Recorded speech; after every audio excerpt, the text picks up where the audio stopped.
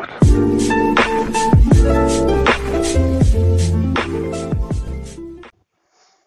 चलिए तो फिर शुरू करते हैं आज की हमारी तीसरी क्लास, क्लास 6 की तीसरी क्लास होगी, जिसमें कि हम डिस्कस करेंगे, आज फिर से डिस्कस करेंगे 3 या 4 टॉपिक्स। उन टॉपिक्स में होंगे expanded form, place value, proper user यार how to use comma, international number system और इंडियन नंबर सिस्टम में कैसे यूज करेंगे, और लास्ट में हम डिस्कस करेंगे राउंड ऑफ या एस्टिमेट, एस्टिमेट जो बोलते हैं उस या फिर उसका राउंड ऑफ। ठीक है, तो चलिए अभी भी हमारा टॉपिक जो चल रहा है, मैंने पहले ही आपको बताया कि हर एक चैप्टर को हम 5 से 6 दिन लेंगे और बेसिक्स एकदम बिल्कुल क्लियरली कह दिया है कि बेसिक्स पढ़ेंगे। सबसे पहले बेसिक्स बहुत इंपॉर्टेंट होते हैं, क्योंकि देख लीजिए एग्जाम्पल मैं दूंगा कि कोई अगर बनियान ट्री होता है, बनियान ट्री की जो जड़ें होती है ना वो बहुत मजबूत होती है, इसलिए वो क्या होता है बहुत ज्यादा दिन तक कितने भी आंधी तूफान सबको सह लेता है। ठीक है, तो वैसे ही अगर हमारे भी बेस यानी कि रूट अगर मजबूत होंगे तो कितना भी बड़ा क्वेश्चन होगा बहुत इजीली सॉल्व हो जाएगा। ठीक है, तो चलिए ज्यादा टाइम वेस्ट करते हुए ना करते हम लोग स्टार्ट करते हैं आज की क्लास। तो पहला है हमारा आज जो पढ़ेंगे वो है expanded form, expanded form and place value. क्या पढ़ेंगे? Expanded form and place value. तो एक्सपेंडेड फॉर्म होता क्या है? एक्सपेंड का मतलब क्या होता है? किसी दो चीजों को खोलना।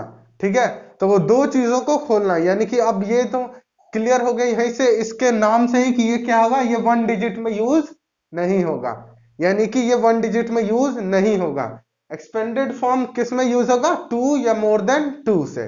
ठीक है, चलिए तो इसमें होता क्या है कि बेसिकली जो नंबर्स होते हैं ना उनको हम 10 के जो फैक्टर्स होते हैं उनमें उनको तोड़ के लिखते हैं। ठीक है, इनको क्या करते हैं हम 10 के फैक्टर्स में तोड़कर लिखते हैं और उन्हीं के लिखने को हम क्या कहते हैं? एक्सपेंडेड फॉर्म कहते हैं। ठीक है, उन्हीं के लिखने के वे को या प्रोसेस को ही हम कहते हैं एक्सपेंडेड फॉर्म।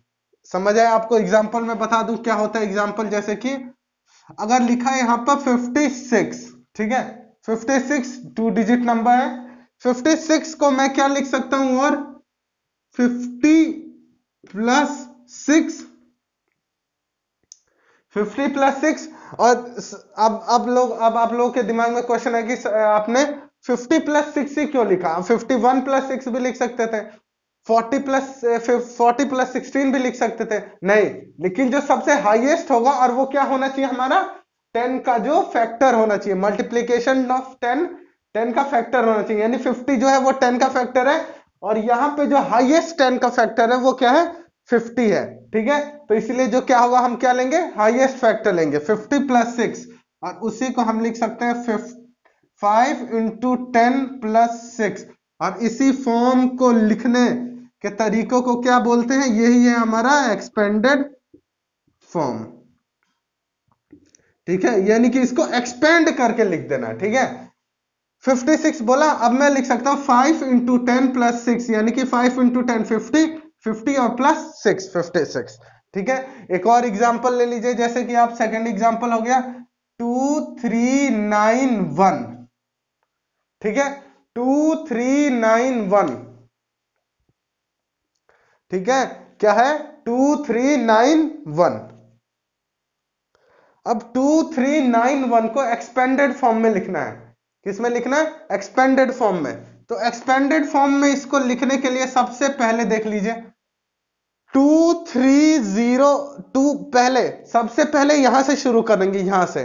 ठीक है, यहां से नहीं, सॉरी, सबसे पहले इस वाले को निकालना शुरू करेंगे, वंस को, फिर टेंस को, फिर 100 और फिर 1000। ठीक है, तो यानी कि 2390 प्लस 1, ये हो गया। आगे जो आएगा वो क्या लिखेंगे हम लोग? इसको 2300 प्लस 90 प्लस 1, ये भी लिखेंगे।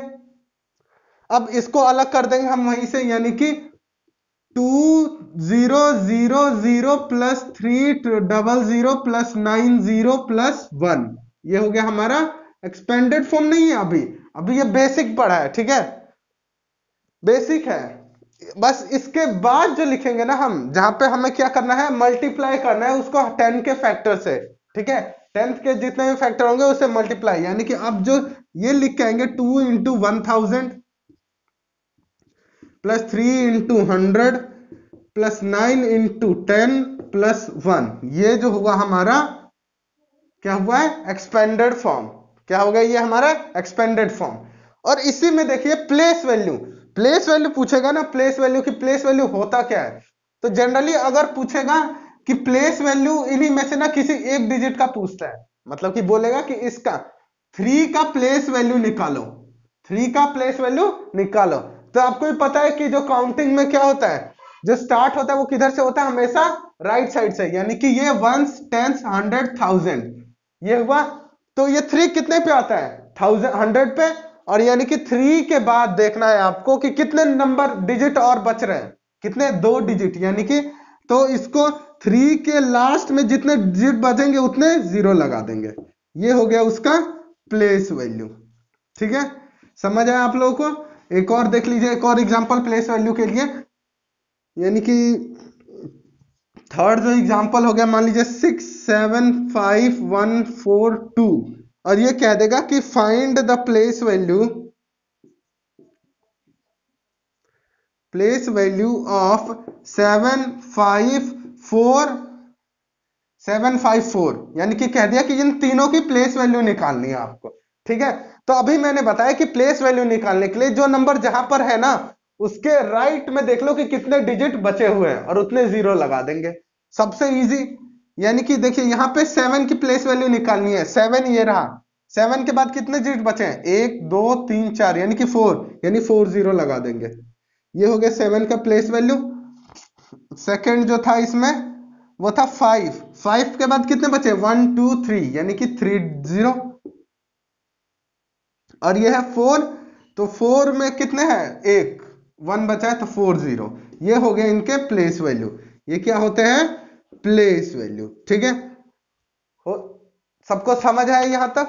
चलिए, तो अब हम पढ़ेंगे कि proper use of comma, comma कैसे यूज किया जाता है इंडियन नंबर सिस्टम में और इंटरनेशनल नंबर सिस्टम में। चलिए, प्रॉपर यूज ऑफ कॉमा क्या है, अगला जो हमारा सब टॉपिक है वो है प्रॉपर, या फिर आप कह दो usages of comma, usages of comma. ठीक है, तो इसमें सबको पता है Indian number system, Indian number system,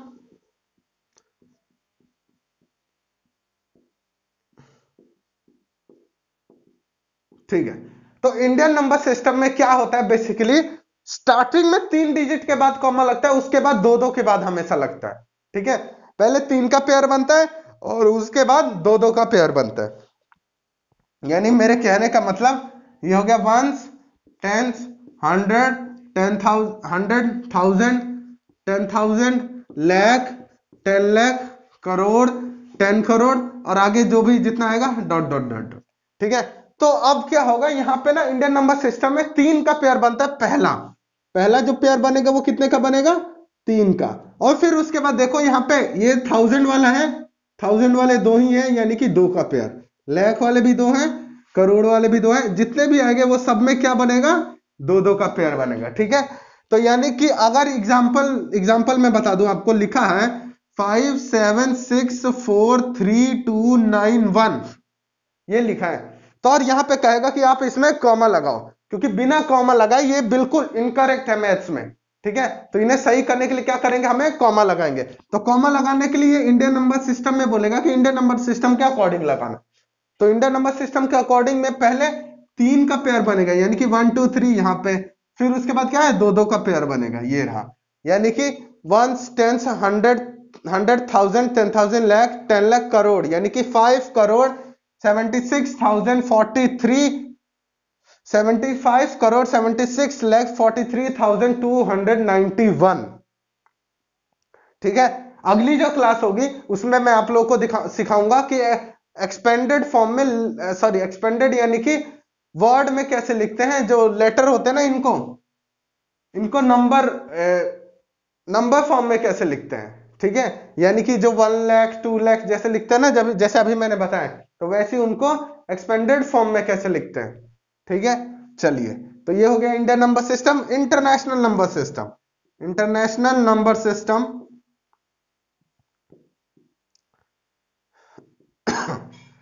international number system भी सेम होता है, वंस, टेंस, 100, 1000, 10,000, देन आता है 100,000, ठीक है, फिर लाख, 10 लाख एंड 100th लाख, और वैसे ही फिर करोड़, 10 करोड़, 100 करोड़, ऐसी करके आगे होता है, ठीक है। तो इसमें क्या होता है, 10 लाख, 10 लाख जो होता है ना उसको क्या हम बोलते हैं, 1 मिलियन, क्या बोलते हैं, 1 मिलियन बोलते हैं, ठीक है। यहाँ पर 3-3 का पेयर बनेगा, यहाँ पे हमेशा 3-3 का पेयर बनेगा, ये चीजें याद रख लेना। यहाँ पे जो होगा वो पेयर किसका बनेगा, 3-3 का बनेगा। ये देखिए यहाँ पे 3,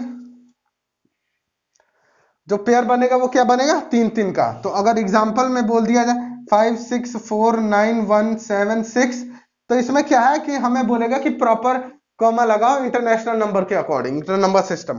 तो 3-3 के अकॉर्डिंग आप लगा देंगे, बिल्कुल सही हो जाएगा, ठीक है। ये हो गया, ये हो गया हमारा यूजेज ऑफ कॉमा। हम पढ़ेंगे राउंड ऑफ, यानी कि एस्टिमेटेड ऑफ या राउंड ऑफ, राउंड ऑफ और estimated of. Round of OFF होता है, ठीक है। राउंड ऑफ का मतलब क्या होता है कि एक जो होता है उसका फिक्स कर देना, फिक्स वैल्यू, यानी कि जैसे कि अगर कहीं पे होता है ना पॉइंट में होता है, तो उसे पॉइंट में ना ले जाकर एकदम उसकी जो परफेक्ट वैल्यू होती है ना वो ला देते हैं। अप्रॉक्स में वैल्यू नहीं रखनी हमें, जिसकी वैल्यू रखनी वो क्या करनी है, पॉइंट में नहीं है ना अप्रॉक्स में, हमें उसकी जो वैल्यू है वो क्या कर देना, बिल्कुल परफेक्ट या फिक्स। जैसे कहीं पे आप शॉप में भी जाएंगे तब बोलते हैं ना भैया राउंड ऑफ करके बताओ ना, तो यानी कि जो भी उसका जो काट पीट के होगा वो बताता है। तो वैसे ही यहाँ पे भी राउंड ऑफ में क्या होगा कि हम काट पीट करेंगे और फिर उसके बाद जो एक एग्जैक्ट नंबर निकल के आएगा वो निकालते हैं, ठीक है। तो राउंड ऑफ में बेसिकली करना क्या होता है कि हर एक प्लेस में चेक करना होता है, ठीक है। हर एक प्लेस या 3-4 प्लेसेस तक होता है, 1000 तक या 100 तक ज्यादा से ज्यादा। तो अगर वंस में करें, वंस में, ठीक है, वंस में चेक करें तो इसमें क्या होता है कि जो नंबर होगा ना, नंबर, जैसे कि एग्जांपल ले लीजिए, जैसे एक एग्जांपल है आपके पास 56, ठीक है, एक एग्जांपल है 56 और एक है आपके पास 21, ये हो गया, दो एग्जांपल है हमारे पास, ठीक है। 21, नहीं सॉरी, ये नहीं होगा, यहाँ भी ये तो 2 डिजिट में आ जाएगा। एक है हमारे पास 4 और एक है हमारे पास 9, ये हो गया, 4 है और हमारे पास 9, ठीक है। तो इसमें क्या होगा, वंस में ना अगर नंबर, जो नंबर है वो अगर 5 से बड़ा है तो हम क्या, वो आगे वाले में शिफ्ट हो जाएगा, और 5 से कम है तो वो पीछे वाले में आ जाएगा, ठीक है। कहने का मतलब कि अगर ये नंबर देखिए, ये नंबर 5 से छोटा है तो ये क्या हो जाएगा, 0 हो जाएगा, ठीक है। और ये क्या है, 5 से बड़ा है तो ये एक आगे बढ़ जाएगा, यानी कि 10, ठीक है। समझ आया आप लोग को, 0 नहीं, ये 1 हो जाएगा ठीक है।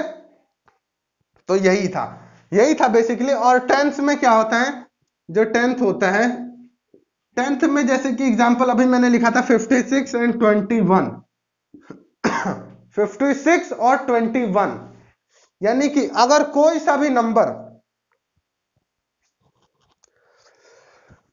नंबर अगर 49 से कम है, 49 से कम है तो क्या होगा, वो पीछे वाले की कैटेगरी में आ जाएगा, और 49 से ज्यादा है तो वो आगे वाले की कैटेगरी में चले जाएगा। समझ आया, यानी कि अगर वो 49 से कम है तो वो क्या हो जाएगा, पीछे वाली कैटेगरी में आ जाएगा, अगर वो 49 से ज्यादा है तो किस में चले जाएगा, 49 से ज्यादा है तो किस में चल जाएगा, आगे वाली कैटेगरी में। यानी कि 56 है, 56 49 से ज्यादा है, यानी कि इसको लिख सकता हूं मैं 60, ठीक है। और 21 यानी कि 49 से कम है तो इसको मैं लिख सकता हूं 20, ठीक है। ये हो गया। और वैसे हंड्रेड्स में भी वही होगा, जो